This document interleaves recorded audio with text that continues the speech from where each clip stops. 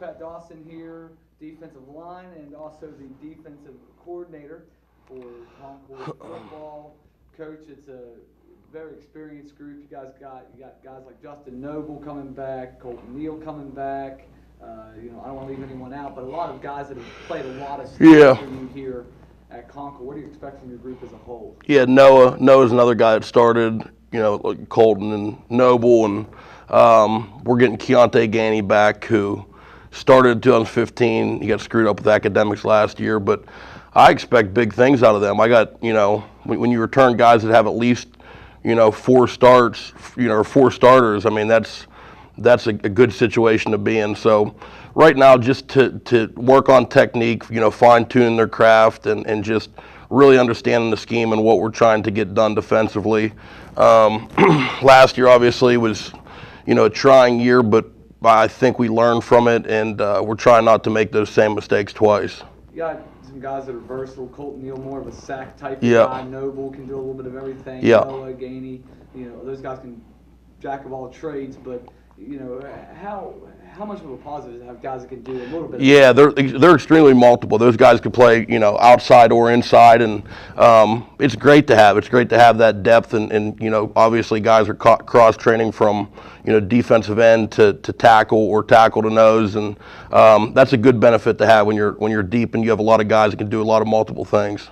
I guess maybe one of the bigger questions for your group here in the spring is how to replace Daryl Johnson, the guy that clogged the middle for years here, and what is the answer to that? Yeah, I don't think there's any good answer for that. He did a really, really good job for us and won a ton of games. But everyone else is just going to kind of have to step up around him, and we're confident in the 2 inside linebackers that they're going to be able to provide great run support in the middle. And then with the guys we have and the guys that are coming in, it'll be a committee at that position. But Daryl's a tough one to replace. But those guys are without a doubt chomping at the bit to do that.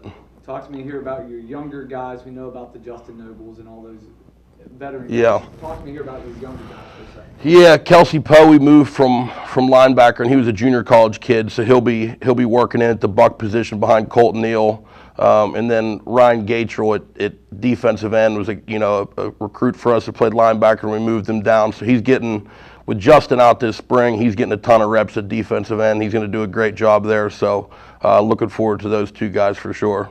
Now let's talk about your defense as a whole. It's a pretty veteran defense. Yeah. Your corners are back. Those guys are experienced. Safety is still kind of up in the air. Linebacker got a ton of experience. What do you expect from this defense as a whole? Yeah, I expect this defense to get after some teams next year. I know that they have a chip on their shoulder. Same with myself.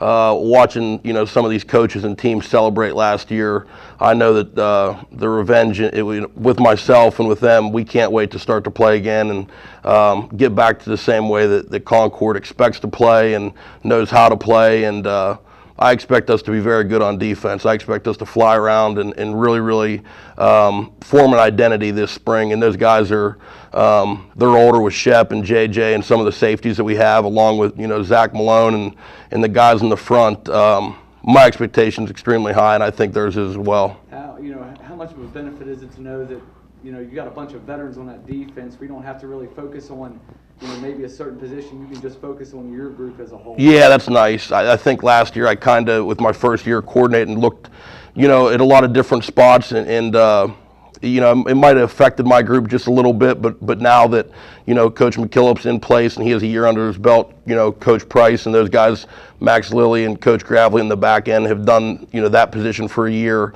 I think I obviously can put more of my attention to D-line and, not look at every position. So that's a big advantage, and that's going to make my room and my group play a lot better and at a higher level.